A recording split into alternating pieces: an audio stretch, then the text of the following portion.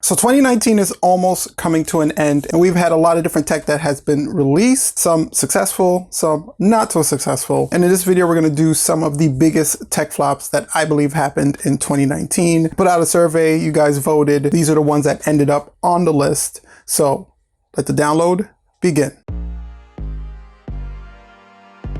So if you're new here and you want to learn how to use and troubleshoot devices, plus some other cool tech stuff, we can help. All you need to do is hit that subscribe button and that bell for notification so you don't miss when we release some cool, helpful content. If you have something that's a tech flop you believe that wasn't successful in 2019, go ahead and share that in the comment section down below. And you can also vote on whether you think these are some of the biggest tech flops of 2019 as well in the comment section of this video. We'd love to know what you think. So one of the first ones we're going to start off with would be the Samsung Galaxy Fold. This is the new foldable phone that Samsung has released recently, and this thing just got off to a bad start to begin with. If you remember when they first announced the Fold, a lot of people were wondering who this phone was actually for, what market were they trying to cater to. And then some of the phones actually got out into the wild to some of the reviewers, and it just went all downhill from there. Some of the reviewers were having issues with the phone itself, breaking on them. The screen was fragile. There was this big confusion of whether it came with a screen protector or not. Some people were trying to peel off the screen that turned out not to be a screen protector. It turned out to be a protective layer on the phone itself. Samsung had to recall all the devices that they had initially put out into the wild to all these tech reviewers, bring it back into the lab, and also just kind of re-gear it for mass release. They delayed it for a couple of months. The new release happened. It went back out into the wild with now a new warning on the screen saying that this is not a screen protector. Also, they improved the design a little bit because one of the issues some of the reviewers were having was dust and particles were getting underneath the screen because of that hinge, because of that fold in the actual device itself, and that was also ruining the screen. You couple that with the hefty price tag that this thing is over $2,000. The customer interest in it just isn't there because people are just not seeing the benefit of a foldable device, a phone that folds into a tablet. People are more interested in a phone that folds into a smaller phone out of the Razr, but even that is still untested. We don't know what the market is for foldable devices as of yet. So the overall reception of the Samsung Galaxy Fold in 2019 was not great. But one of the interesting things Samsung is doing is they're really just pushing ahead with this foldable device era. They really do believe that foldable phones are the wave of the future. I'm not 100% sold on it yet. I do believe it's a cool piece of tech, and any cool piece of tech deserves a shot. We're actually not sure what we need until we actually get it in our hands and use it and realize that we've been missing this in our lives. So maybe that's just the case with foldable devices. I don't think the Samsung Galaxy Fold is the format that's going to be moving forward. I think it's going to be something a lot different. And I think Samsung also believes it's going to be something a lot different. If you've seen the devices for their next release of the Samsung Galaxy Fold, is drastically different than what we have with the current Samsung Galaxy Fold. So I do think that this was really just a tester, a really expensive tester, but a tester nevertheless. And it's a weird starting point. I wouldn't say a good starting point, but it's a starting point nevertheless. I guess we're going to have to wait until next year to see if foldable devices really catch on and if the Samsung Galaxy Fold successor has a better starting and finishing point than the actual Samsung Galaxy Fold did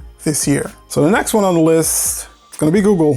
Talking to you, Google, and I'm looking at that Pixel 4 and Pixel 4 XL. These are some of my anticipated phones of the season. I just really like Google tech. I think their software is awesome, and I think if they're able to couple really great tech with really great software, then you would get a really cool smartphone. That just isn't the case with the Pixel 4 and the Pixel 4 XL. The reception for these phones were lukewarm at most. In the Pixel event that Google had, a lot of customers just didn't seem interested in the Pixel phone. Google really didn't do anything to kind of sell the customers on what their phone can do differently than iPhones or Samsung phones in general. I just think the market for Pixel devices is there. I just don't think the anticipation or the excitement for Pixel devices is there. And it really showed with the Pixel 4. These phones got okay lukewarm reviews, and the overall consensus was there was no real reason to buy this over any other phone that's there. And when you're dealing with a company like Google, that's definitely a knock on the company itself. Google's a massive tech company with billions of dollars and the ability to kind of gear their own platform, the Android platform. They're the main providers of to their own benefit, and they just don't seem to be getting it right. The hardware side of their Pixel phones never seem to hit the way an iPhone or a Samsung phone would hit with the excitement for the consumer itself. And in the end, it just seems like they're copying from other brands like Apple, or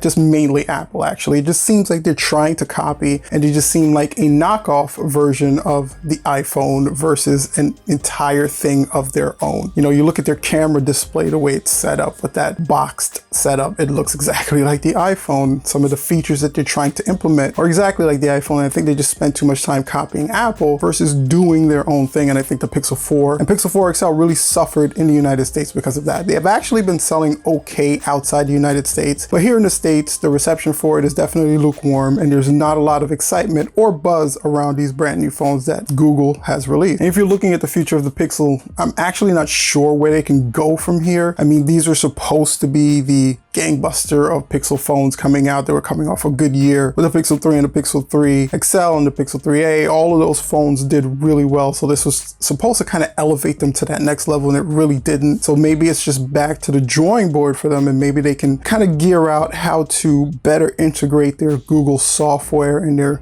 infrastructure in Android and just overall servers and Googleness into their phones a little bit better, and make the customers just a little bit more excited for their brand, because right now it's just not there. So number 2 on our list is going to be the Apple wireless charging pad. Do you remember this thing? It's supposed to be Apple AirPower. Yeah, this thing was supposed to come out a while ago, and it just kept getting delayed and pushed back and eventually completely canceled. And it really just is one of the first cases, I think, that Apple kind of put the cart before the horse. They announced this cool thing that everybody kind of wanted to get their hands on before they were able to get the technology down packed, and that ended up being the detriment of this particular device, again, that everybody really just wanted to get their hands on. Apple just never was able to get the technology down packed properly up to their standards in order to officially release AirPower to the masses. When they demonstrated it, it looks like one of the coolest things in the world, but a lot of people are asking, how can this be possible? How can you actually get this done? And Apple was kind of adamant that they had the technology and they had the R&D set up to completely revolutionize the way you wirelessly charge your devices. And it just never really panned out. It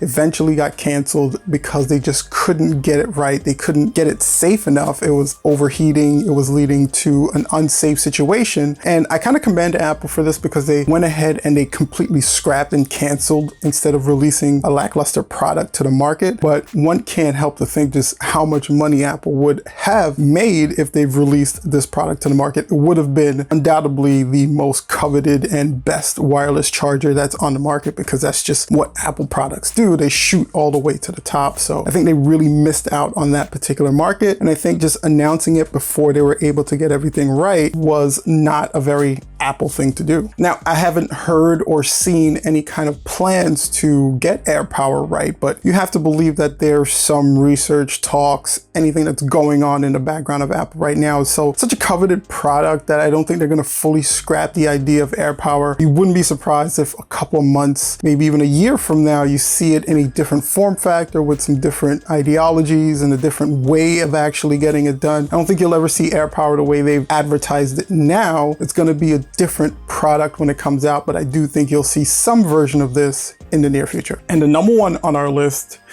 we're back to Google again. Come on, guys, what are you guys doing over there? So Google Stadia was announced, and when it was first announced to me, I really liked the idea of cloud gaming. I think that is the wave of the future. I think that's the way we need to go in gaming platform. And Google was the first out of the gates, but sometimes being the first doesn't necessarily mean you're the best. And I think they kind of squeaked in at the end of 2019 with a terrible launch to Google Stadia, and it's just not been going well ever since. So when this thing was first announced, a lot of skeptics were out there about, do we have the internet infrastructure to kind of handle cloud gaming? Google said yes, there wouldn't be any latencies. They even came out with a controller that is Wi-Fi connected directly to their data centers to prevent latency. And they're basically just saying that as long as you can stream a YouTube video, you can stream a game at 4K with great resolution and no latency. And they really just pitched this idea of high fidelity games streaming to your browser, to your Chromecast, to your mobile device, with the ability just to switch from device to device seamlessly without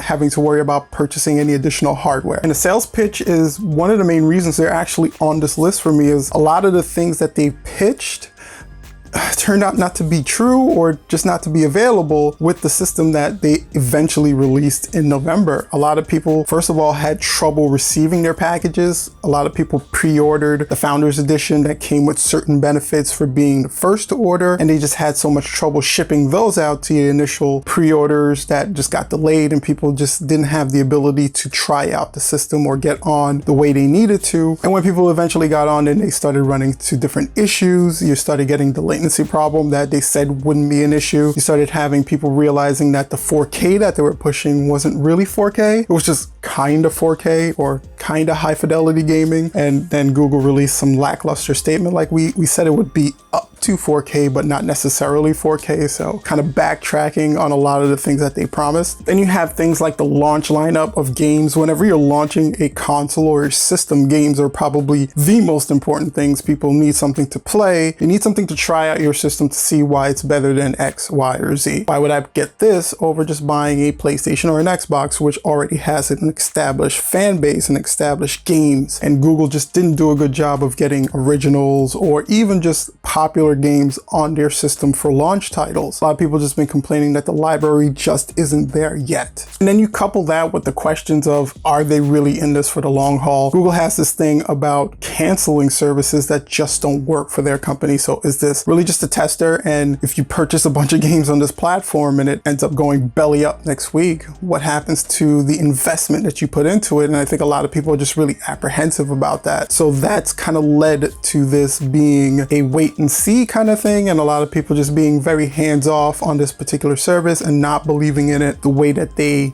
were hoping that people would believe in it. And then you couple that with competitors like Microsoft, the xCloud. A lot of people have been doing beta tests on that, me being one of them, and I think it's a really, really fantastic service, and it's been getting a lot of rave reviews for a lot of the things that Google has been doing wrong. Microsoft seems to have been doing right. So couple that with the fact that people just don't believe in this platform currently, and you end up with probably one of the biggest tech mishaps or flops of 2019. I really do think that Google should have just taken a step back and launched this thing next year, did a little bit more beta testing, and when it was ready, and when they had the games, and when they had the latency problem, and when they had the fidelity problem, and when they had all that coupled and fixed out and completely fixed, then they should have released this product to the market, to paying customers. I just don't think they did it the right way, and I think that's why they're kind of at the bottom of the list, or at the top of this list at this moment. So anyway, guys, what do you think was the biggest tech mishap or flop of 2019? Go ahead and vote and share that in the comment section down below this video. Until then, guys, you can check out this video here. It's a parental control video we did about shutting down and locking up your iPhone if you have kids. And this is something that YouTube believes you'd enjoy watching. Thank you so much for checking out the video. Don't forget to like, share, subscribe with that bell for notifications so you don't miss when I release some cool, helpful content like this one. Until next time, guys. Peace.